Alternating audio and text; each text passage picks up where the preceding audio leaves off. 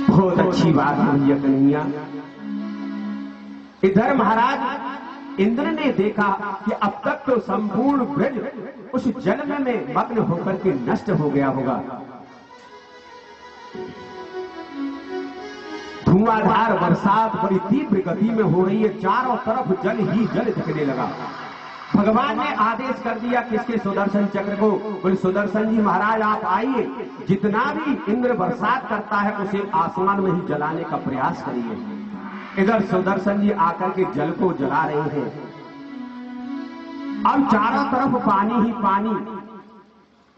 इधर भगवान ने मन से अगस्त जी महाराज को याद कर लिया। आज बोले आओ आकर के आज तुम्हारी ये प्यास बुझा लो महाराज। बोले ऐसे कैसे अगस्त जी को आज भगवान ने क्यों याद किया। एक बार ऐसा हुआ जिस समय भगवान राम लक्ष्मण और सीता जब वनवास से जब वापस अयोध्या लौटे उस समय पर सीता जी ने एक मन बनाया। बोले प्रभु मैंने ये संकल्प किया था कि हम यदि सुरक्षित लौट करके अयोध्या जाएंगे तो हम ब्राह्मण भोजन कराएंगे। मैं अपने हाथों से प्रसाद बनाऊंगी और ब्राह्मण को भोजन कराऊंगी। अभी तक कोई ब्राह्मण आया तो वो थोड़ा बहुत खा करके चला गया, मैं उनसे संतुष्ट नहीं हुई। इसलिए प्रभु राम जी से निवेदन कर रही है माता जानकी। बोले प्रभु कोई ऐसा ब्राह्मण हमारे यहाँ आना चाहिए जिसको मैं प्रेम से, जो अत्यधिक भोजन करने वाला हो, जिसे मैं भोजन करा के संतुष्ट हो सकूं। बोला अच्छा देवी ठीक है, तुम्हारी इच्छा की पूर्ति होगी। इधर अगस्त जी महाराज जंगल में बैठ करके भगवान का चिंतन कर रहे हैं। उसी समय भगवान राम उनके ध्यान में गए। बोले बाबा तुम्हारी जो बहू है ना वो आपको भोजन कराना चाहती है, इसलिए आइए अयोध्या में महलों में पधारिए। बोले ठीक है प्रभु। अगस्त जी चल करके अयोध्या में राम जी के महलों में पधारे। भगवान ने बड़ा स्वागत किया। भगवान ने कहा बोले बाबा आज आपका असली रूप दिखा देना, इनकी बहुत श्रद्धा है भोजन कराने के लिए। बोले अच्छा। बोले ठीक है आप प्रभु चिंता मत करिए। इधर रसोई में माता जानकी स्वयं अपने हाथों से भोजन पका रही है। अगस्त जी महाराज के लिए सुंदर आसन लगाया। आसन लगा करके और सामने पट्टा चौकी लगाई और उस चौकी को लेकर के उस पर रख दिया भोजन की थाली को। और सीता जी ने निवेदन किया बोले महाराज जी आप भोजन प्रसादी शुरू करें। अब जैसे ही थाली में माता जानकी कई कटोरियों में सब्जी है, खीर है, पूड़ी है, रबड़ी है आदि लेकर के आई कटोरियों में। अब जैसे ही थाली सामने आई तो अगस्त जी महाराज उसको देख करके मुस्कुरा गए। बोले इससे क्या होगा। बोले आप महाराज चिंता मत करिए, आप एक बार भोजन शुरू तो करिए, किसी भी कीमत पर मैं आपको भूखा उठने नहीं दूंगी। यहां से जितना चाहिए भोजन कर सकते। बोले अच्छा देवी ठीक है। अब महाराज अगस्त जी ने क्या किया, कटोरियों को उसी थाली में डाल दिया जो भी सामान था और पूड़ी सब्जी खीर सबका एक गोला बनाया और एक बार में ही वो सब राधे राधे कर गए। बोले देवी थाली खाली है। महाराज अब तो क्या कि थाली हटा दी गई, उसी जगह बड़ी बारात रख दी गई। सीता जी दोपहर को भोजन कराने लगी है, 4 बजने को है, लेकिन अभी तो महाराज को डकार भी नहीं आई। उन्होंने कहा उसी समय सीता जी ने गणेश जी को याद किया। बोला आओ आकर के किस यहाँ पर प्रसादी बनाओ, ये संत किसी भी कीमत में भूखा नहीं उठना चाहिए। गणेश जी यहाँ पर महाराज पूरी उतारने का काम करने लगे। अष्ट सिद्धियां नव निधियां यहाँ पूरी बेल रही हैं और धुआंधार महाराज पूरी उतारी जा रही है। उधर से कढ़ाई से उतरे सीधे परात में पहुंचे। अगस्त जी परात उठाए और सीधे राधे राधे बने। ऐसा वर्णन आता है कि 15 दिन हो गए लगातार, लेकिन अभी डकार नहीं आई। माता जानकी ने विचार के हे भगवान इसका ये पेट है कि कोट है, कुआं है कि बावड़ी है, समुद्र है कि नदी है, जो कि अब 15 दिन हो गए राम जी के 2 भंडार खाली हो गए अन्न के, लेकिन अभी तक डकार नहीं आई। माता जानकी जी ने निवेदन किया, बोल ऐसा करो महाराज थोड़ा पानी तो पी लीजिए। देखो जब आधा भोजन हो जाता है तब पानी पिया जाता है। बोल ऐसा है मैया, अभी तो मेरा आधा भोजन हुआ ही नहीं तो मैं पानी पीऊं तो कैसे पीऊं। तुरंत माता जानकी भगवान की शरण में गई। बोल प्रभु ये आफत खड़ी का कर दिया आपने। अरे मैंने ऐसे थोड़ी कहा था कि भाई ऐसा मुझे ब्राह्मण चाहिए। 15 दिन हो गए आपके 2 भंडार खाली हो गए। अष्ट निधियां 9 निधि अष्ट सिद्धि सबके सब पूरी बेल रही है गणेश जी स्वयं और पूरी उतार रहे हैं, लेकिन फिर भी पार पड़ने को नहीं है। आपसे मैं क्षमा मांगती हूं, मेरी श्रद्धा थी लेकिन अब श्रद्धा मेरी पूरी हो चुकी है, आप उनसे कुछ कह दो। उधर भगवान राम ने इशारा किया, बोल बाबा अभी ये जो आपकी बहुए ने इसकी श्रद्धा पूरी हो चुकी है, अब माया को समेट लो। बोले पानी, अब माता ने कहा बोले पानी तो पी लीजिए। बोल देवी जब भोजन इतना करता हूं तो पानी कितना चाहिए। भगवान राम ने कह दिया, बोले ऐसा है महाराज इस युग में तो आपने त्रेता युग में तो भोजन किया है और द्वापर में जब इंद्र ब्रज पर प्रकोप करेगा उस समय आपको पानी पीना है।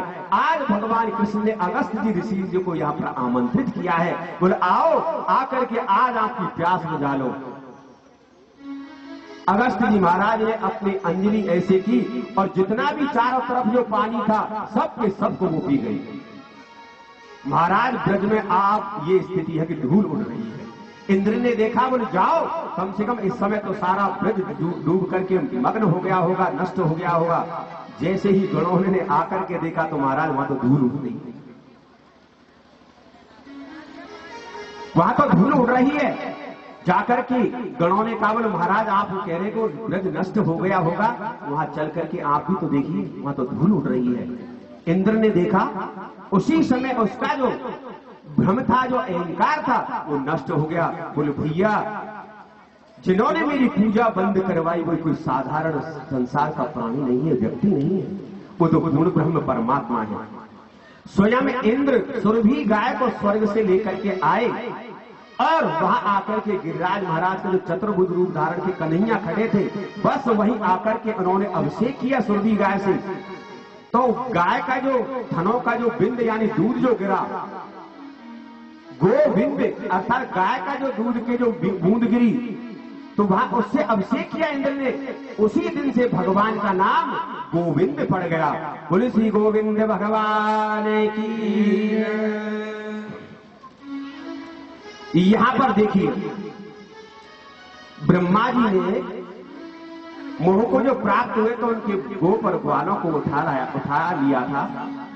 उस समय ब्रह्मा जी ने आकर के भगवान से क्षमा मांगी तो ऐसा बताते 18 से 20 श्लोकों में उन्होंने भगवान की स्तुति की, लेकिन भगवान अपने मुख से एक भी शब्द नहीं बोले। इधर इंद्र जब आया तो इंद्र ने आकर के मात्र 10 श्लोकों में ही उन्होंने भगवान की प्रार्थना की तो इंद्र को भगवान ने क्षमा कर दिया, लेकिन ब्रह्मा जी को क्षमा नहीं किया। क्यों?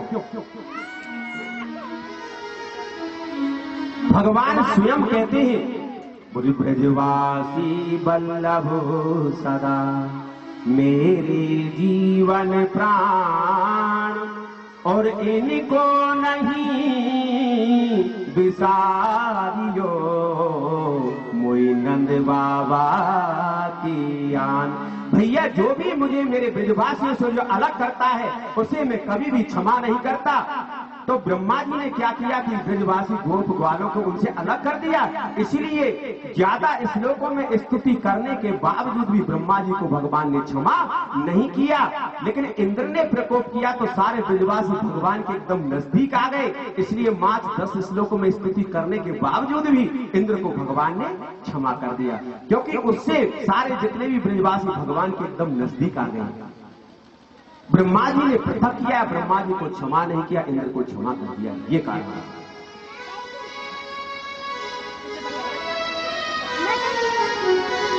अब तो महाराज भगवान की जो लीला है, कन्हैया की सुंदर लीला है, पौगंड लीला, यानी अब जवान हो, थोड़े से बड़े हो गए भगवान। एक दिन भगवान गाय चराते चराते जंगलों में बहुत दूरी तक निकल गए। जो भी वो गोप ग्वाल प्रसाद लेकर के आए सभी ने पा लिया, लेकिन उन्हें भगवान के गोप ग्वालों ने कहा, बोल कन्हैया भैया बड़ी जोर की भूख लगी है, बोल ऐसा करो ब्रजवासियों, भैया तुम थोड़ी दूरी पर यहां पर एक ब्राह्मणों की नगरी है और वहां जाकर के तुम उनसे निवेदन करना कि पास में ही थोड़ी दूरी पर कृष्ण और बलराम दोनों भाई गाय चराते हुए आ गए और वो उनको भूख लगी इसलिए उनके भोजन का प्रबंध कर दो। कुछ गोप ग्वाल वहां से चल करके वहां गए, लेकिन ब्राह्मण लोग उस समय यज्ञ कर रहे थे। पत्नियां, जो यज्ञ पत्नियां थी वो अपने घर में थी। उन्होंने जाकर के महाराज उनसे कहा, बोले महाराज आपसे निवेदन है कि कृष्ण और बलराम दोनों भाई थोड़ी दूरी पर ही हैं, उन्हें भूख लगी है इसलिए कुछ हमें भोजन दे दो। लेकिन यहां पर उन ब्राह्मणों के अहंकार है कि हम कर्मकांडी हैं और अब उस समय जब आहुति दे रहे तो उस समय बीच में बोला नहीं जाता। उन्होंने हूं करके बोले जाओ तुम भाग जाओ यहां से, उनका अपमान करके वापस कर दिया। लौट करके गोप ग्वाल आए, प्रभु से निवेदन किया, प्रभु हमें तो उन्होंने भगा दिया। अरे बोल तुम किससे जाके मिले? बोले उन ब्राह्मणों से जो यज्ञ कर रहे थे। अरे बोल मूर्खो, अरे तुम जाओ उनकी जो स्त्रियां हैं पत्नियां हैं, अरे उनसे जाकर के कहो, देखो वो स्वयं लेकर के आएंगी। ऐसे ही होता है ना गृहस्थियों में, जब कोई याचक आ जाता है घर मांगने के लिए तो पुरुष तो क्या कहता है, कि वैसे ही इतना मोटा ताजा शरीर लेकर के घूमते हो, कुछ कमा नहीं सकते, आगे मांगने। लेकिन माताओं का जो स्वभाव है वो कहती है, अरे क्या हो गया, कुछ लेने आया तो दे दिया जाता है, वो अपनी इच्छा से दे देती है। इस प्रकार से वो गोप ग्वाल जब उन यज्ञ पत्नियों के यहां पर पहुंचे, उन्होंने जब जाकर के कहा, बोले कृष्ण और बलराम वो दोनों भाई थोड़ी दूरी पर भूख लगी, बोले कन्हैया को और बलराम जी को भूख लगी है। तुरंत उन्होंने सुंदर पकवान पका करके और स्वयं ही अपनी थालियों में सजा करके कन्हैया को भोजन कराने के लिए चल दी। इधर जो यज्ञ में जो विद्वान थी वो इशारा करे तुम कहां जा रही हो, लेकिन उनकी परवाह न करते हुए और वो यज्ञ पत्नी सीधी भगवान कन्हैया के यहां पर आ गई। भगवान को प्रेम से भोजन कराया और भोजन कराने का बोले अब देवियों तुम वापस चली जाओ। बोले प्रभु अब आपकी शरण में आ गई, हम कैसे जाएं? बोले नहीं, तुम्हारे पति वहां पर तुमको याद कर रही हैं। जैसे ही वो यज्ञ पत्नियां ब्राह्मण पत्नियां वापस लौट करके गई, उन ब्राह्मणों को इस बात का पता लगा कि भैया हमारा जीवन तो धिक्कार है, हमने अपने कर्मकांड के अहंकार में भगवान कृष्ण और बलराम आए, उनकी गोपबाल मित्र आए, हमने अनादर कर दिया।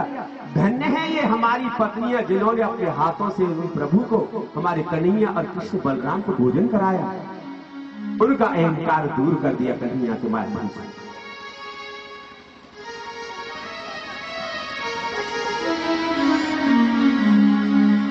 अब हुआ क्या महाराज, इधर वो गोपियां कहती है कि ऐसा है प्रभु, अब हम अपने पतियों का अनादर करके उनकी बात को नहीं मान करके आई है, क्या वो हमें स्वीकार करेंगे?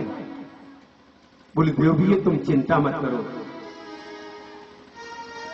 ओ जा पर कृपा राम की होई, जा पर कृपा राम की होई, जा पर कृपा राम की होई, जा पर कृपा राम की होई, ता पर कृपा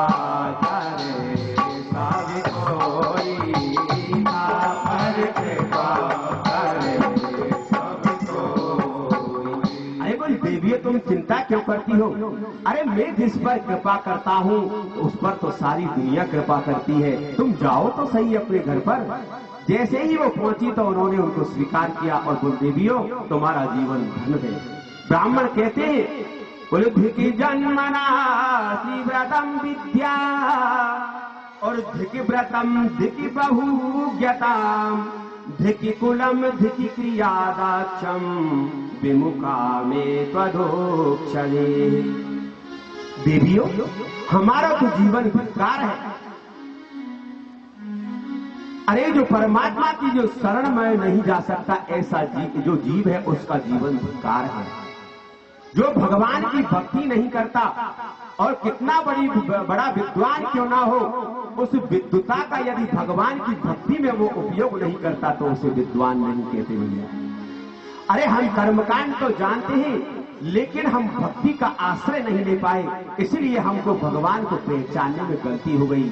अरे देवियों, धन्य है तुमको, तुमने तो परमात्मा को पहचान लिया। और उनको उन्होंने अंगीकार कर लिया, स्वीकार कर लिया। इस प्रकार से महाराज एक दिन एकादशी का दिन है, तो नंद बाबा है प्रातः 4 बजे ही उठ करके यमुना में स्नान करने के लिए चले जाते हैं। लेकिन आज जब एकादशी है तो यशोदा मैया भी जल्दी ही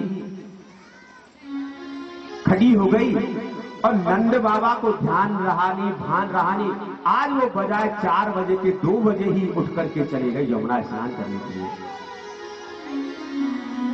अब इधर जैसे ही यमुना में उन्होंने डुबकी लगाई, उनके वस्त्र और जूती बाहर है, डुबकी लगाई, ऐसे ही वरुण के जो दूत हैं, देखिए हमारी शास्त्रों की मर्यादा में ये चीजें हैं। शास्त्र कहते हैं कि कभी भी, क्योंकि वो भी देवता है वरुण, वो भी तो शयन करता है, इसलिए रात्रि को किसी भी कीमत पर और नदी तालाब में स्नान नहीं करना चाहिए। भाई समय निर्धारित है, शाम को 10 बजे के बाद में, रात्रि के 12 बजे या 2 बजे कभी भी स्नान नहीं करना चाहिए। या तो प्रातःकाल 4 बजे के बाद स्नान करना चाहिए, या फिर सूर्य अस्त से पहले ही स्नान कर लेना चाहिए। यदि रात्रि में स्नान करता है तो उसका पाप लगता है। नदी तालाब में स्नान नहीं करना चाहिए। यदि कोई परिस्थिति ऐसी उपस्थित हो जाए कि नहीं हमें रात्रि में स्नान करना पड़े, तो पहले हाथ जोड़ करके निवेदन करें, हे वरुण देवता, कोई परिस्थिति हमारे सामने आ गई, हम स्नान करना चाहते हैं। ऐसा निवेदन करके ही हमको स्नान करना चाहिए। रात्रि के 2 बजे है, और नंद बाबा ने जैसे ही यमुना जी में जल में प्रवेश किया, उस समय वरुण के जो दूत हैं वो नंद बाबा को पकड़ करके ले गए। उनको पकड़ करके ले जा करके और महाराज वरुण लोक में बांध करके और नंद बाबा को डाल दिया। प्रातःकाल सूर्य उदय हो गया। यशोदा मैया ने कही, बोल भैया कन्हैया बेटा, बोल हाँ मैया, बोल तुम्हारे बाबा अभी लौट करके नहीं आए स्नान करके?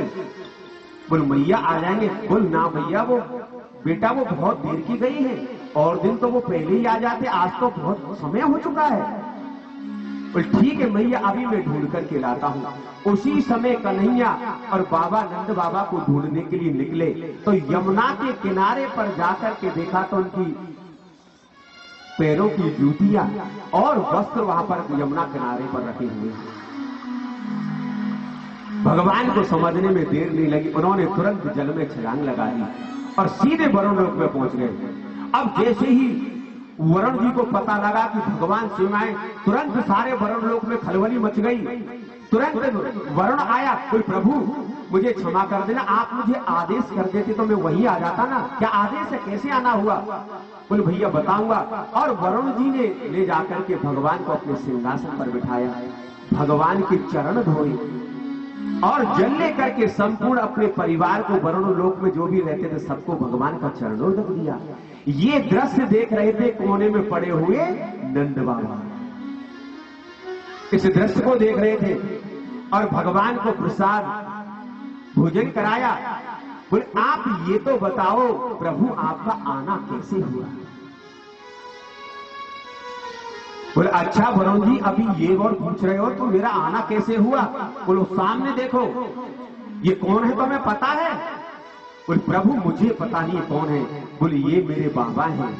तुम्हारी हिम्मत कैसे हो गई इन्हें पकड़ करके लाने की? प्रभु आपने जो नियम बनाए हैं और नियमों का पालन करना भी तो हमारी जिम्मेदारी है। आपके बाबा ने नियमों का उल्लंघन किया था, इसलिए। बोले ऐसा है वरुण जी, इसी समय मेरे बाबा को खोल करके मेरे साथ में भेजिए। खोल दिया गया और नंद बाबा को लेकर के कन्हैया बाहर आए और जैसे ही घर पर आकर के ब्रजवासियों को इकट्ठा कर लिया नंद बाबा ने। बोले भैया सभी सुनो मेरी आज बात। बोले क्या हो गया? बोले भैया आज मैंने बड़ो ही अचंभो देखो। बोले कहा बाबा? बोले भैया आज मैं जल्दी एकादशी थी इसलिए जल्दी स्नान करने के लिए चला गया 4 बजे से पहले ही। तो वरुण के दूत मुझे पकड़ करके ले गए।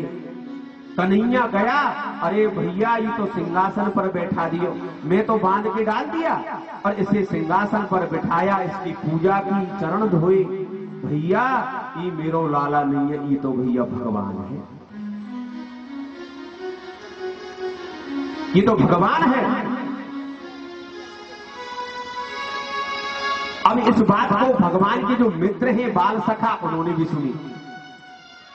भगवान ने कहा आओ भैया खेलेंगे। बोल ना भैया हम कन्हैया तेरे संग नहीं खेलेंगे। बोल क्यों नहीं खेला भैया? वो इसलिए क्योंकि भैया तू तो भगवान है, तू तो भगवान है।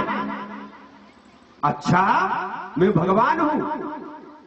देखो भगवान ने एक बार नहीं हजारों बार अपनी लीला करते समय कन्हैया ने कहा हां मैं भगवान हूं। और संसार के जीवों बोल सर्वधर्मान परित्यज्य मामेकम शरणं व्रज अहम ता सर्व पापेभ्यो मोक्षयिष्यामि मा शुचा। अरे संसार के जीवों मैं पूर्ण ब्रह्म परमात्मा हूं, अरे तुम एक बार मेरी शरण में आओ मैं तुम्हें मुक्ति प्रदान करूंगा। एक बार नहीं भगवान ने हजारों बार कहा। पूछो तू आवे कि पग तो मैं आऊं पग साथ, हो जो तू करो काट है तो मेरो की नाट। अरे भैया एक बार तू एक कदम बढ़ा करके तो मेरी तरफ देख, अरे 60 कदम बढ़ करके मैं तेरी तरफ जाऊंगा। लेकिन संसार के जीव एक बार मेरी शरण में तो आकर के तो देख, हाँ मैं साक्षात परमात्मा हूं, आओ संसार के जीवों मेरी शरण में आओ, मैं तुम्हें मुक्ति प्रदान करूंगा। कन्हैया ने एक बार नहीं 1000 बार कहा है, लेकिन राम जी ने एक बार भी नहीं कहा अपने चरित्र में कि मैं भगवान हूं। वो तो कहते भैया अरे मैं तो दशरथ नंदन हूं, मैं तो कौशल्या नंदन हूं, क्योंकि वो मर्यादित है। भगवान राम का जो चरित्र है वो जीवन में उतारने की योग्य है, लेकिन भगवान जो श्री कृष्ण का चरित्र वो उतारने योग्य नहीं है भैया, वो तो चिंतनीय है, चिंतन करने के योग्य है। क्योंकि उन्होंने तो मात्र 6वां दिन था कि पूतना को मार दिया। क्या ये हम कर सकते हैं? नहीं कर सकते। उनका चरित्र अपने जीवन में मत उतारिए, लेकिन उनके चरित्र का गुणगान करो, उनके चरित्र का चिंतन करो भैया, उससे कल्याण होगा। लेकिन भगवान राम ने जो किया है वो अपने जीवन में करो। भगवान राम ने जो अपने जीवन में जो लीलाएं की है, उन्होंने जो चरित्र किया है, उस संपूर्ण चरित्र को अपने जीवन में उतारने का हम लोगों को प्रयास करना चाहिए। तो एक बात बताइए भैया, बता ठीक है तू भगवान है? पर हाँ मैं भगवान हूं। छोटे छोटे बाल सका भगवान के तोतली बोली में कहते हैं भैया तू भगवान है तो तू कहाँ रहे भैया? बोले मैं बैकुंठ में रहता हूं। तो एक बात बता कन्हैया भैया तेरा वो बैकुंठ कैसा है, तू हमको दिखा सके?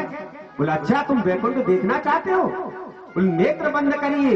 और उसी समय जैसे ही नेत्र बंद किए प्रभु ने अपनी माया से सबको बैकुंठ में पहुंचा दिया।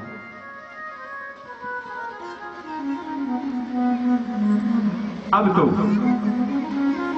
वैकुंठ में क्या है, जो भी प्राणी जाता है वहां वैकुंठ में, वहां बस भगवान का भजन करता है। सब वह शांत है, कोई किसी से बातें नहीं करता और भगवान का भजन कर रहा है वैकुंठ में बैठ करके। अब ब्रजवासियों को अपने बाल सखा को वो घुमारे भैया ये मेरा वैकुंठ है। घूम घाम करके बोले भैया कन्हैया? बोले हाँ भैया तू हमको ब्रज में ले चल। बोले क्यों? बोल भैया हमें तेरो वैकुंठ हमको अच्छा ना लगा। बोल क्यों भैया अच्छा नहीं लगा? अरे भैया यहाँ कोई से कोई बात नहीं करे, कोई से लेनो नहीं देनो नहीं, ऐसा तेरो वैकुंठ हमको तो बिल्कुल भी अच्छा नहीं लगा। भैया तू तो चल, हमारा ब्रज लोक ही अच्छा है भैया।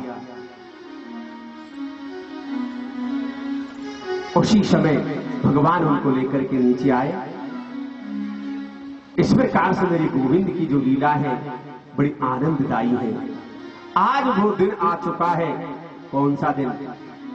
जिस समय भगवान यानी माता कात्यायनी से उन ब्रज गोपियों ने कहा था, बोले कात्यायनी महामाये महायोगिन्यधीश्वरी नंदी गोप सुतम देवी पति में गुरुते नमः। वो जब स्नान करके जब कात्यायनी देवी का पूजन करने जाती तो माता कात्यायनी से कहती, बोले माता यदि हमें पति के रूप में कोई मिले तो वो नंद का लाला हमें पति के रूप में मिलना चाहिए।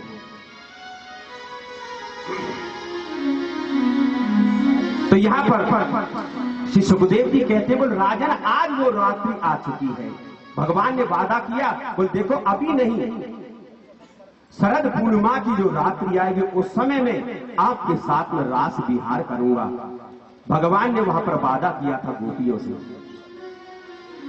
तो राजन सुनिए, बोले भगवान पिता रात्रि, भगवान अपनी तारात्रि, तारात्रि वाली वो रात्रि जिस समय भगवान ने कहा था, बोले वो उस पूर्णिमा की रात्रि को मैं तुम्हारे साथ रास करूंगा, वो रात्रि आ चुकी है। भगवान पिता रात्रि सरदो फुल्ल मल्लिका विचरन्तो मनश्चक्रे भोग माया मुपाश्रिता। और हमारे कन्हैया ने उस रात्रि को अपनी वेणु को बजाना शुरू किया। भगवान वन में चले गए। जैसे ही वहां पर चांदनी, चंद्रमा की चांदनी खिली हुई है, रात्रि को खिलने वाले जो भी पुष्प हैं झाड़ियों में, बेलों में, वो पुष्प खिल चुके हैं। कन्हैया ने बंसी को बजाना शुरू किया। उसका प्रभाव क्या हुआ? जैसे ही भगवान ने मुरली को वेणु नाद किया, जिसने भी सुना, ब्रज में जितनी भी गोपियां हैं उन्होंने जैसे ही कन्हैया की उस मुरली की धुन को सुना, सब की सब वहां से दौड़ करके चली है कन्हैया से मिलने। क्यों? बोले कन्हैया ने हमको बुलाया है। जो ब्रज गोपी जिस कार्य में लगी हुई थी उस कार्य को उसी स्थिति में छोड़ करके और मिलने चली है कन्हैया से।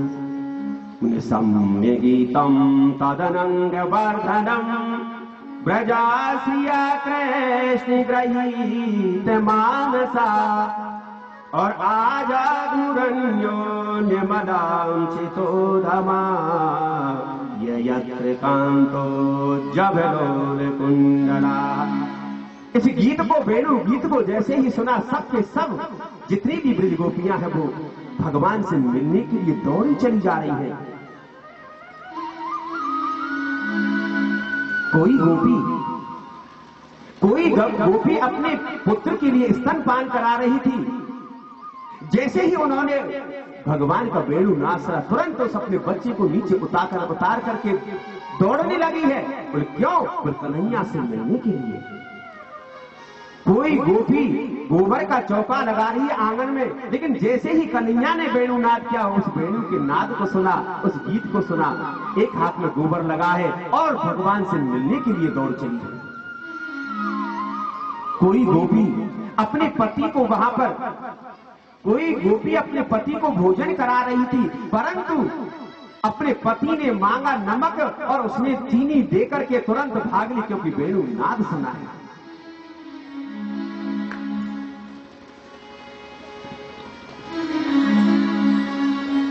देखिए, परमात्मा से मिलने की इस संसार के जीव के अंतर हृदय में जिस दिन परमात्मा से मिलने की, जिस प्रकार आज गोपियों को मन में वो उत्कंठा जागृत हुई है कृष्ण से मिलने की, जिस दिन भैया हमारे हृदय में परमात्मा से मिलने की वो वेदना अर्थात वो प्रेम जिस जागृत हो गया ना, उस दिन परमात्मा हमारे सामने उपस्थित हो जाएगा। लेकिन गोपियों की तरह वो भाव जागृत करना होगा। आज वो गोपियों का भाव जागृत हो गया। बोले आज चाहे कुछ भी हो जाए, कन्हैया से मिलने से हमें कोई रोक नहीं सकता। सारी संसार की लाज और शर्म को, मोह और माया को त्याग करके वो गोपियां भगवान से मिलने के लिए चली गई। सास ससुर जेठ सबको त्याग करके अपने पत्नी बच्चों को भी त्याग करके और वो गोपियां कन्हैया से मिलने के लिए चली गई।